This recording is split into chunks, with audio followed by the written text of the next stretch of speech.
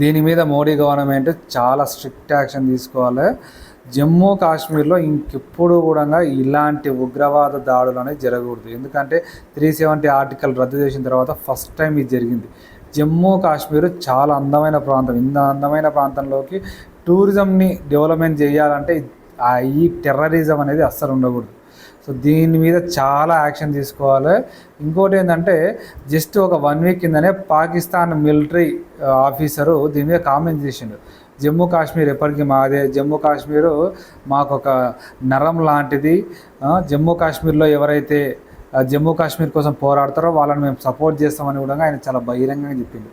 So ఈరోజు ఆ పాకిస్తాన్కు చెప్పాల్సిన అవసరం కంపల్సరీ వచ్చింది. ఎందుకంటే వీళ్ళను ప్రోత్సహించేదంతా కూడా పాకిస్తానే పోషిస్తుంది ఇట్లాంటి ఉగ్రవాదాన్ని.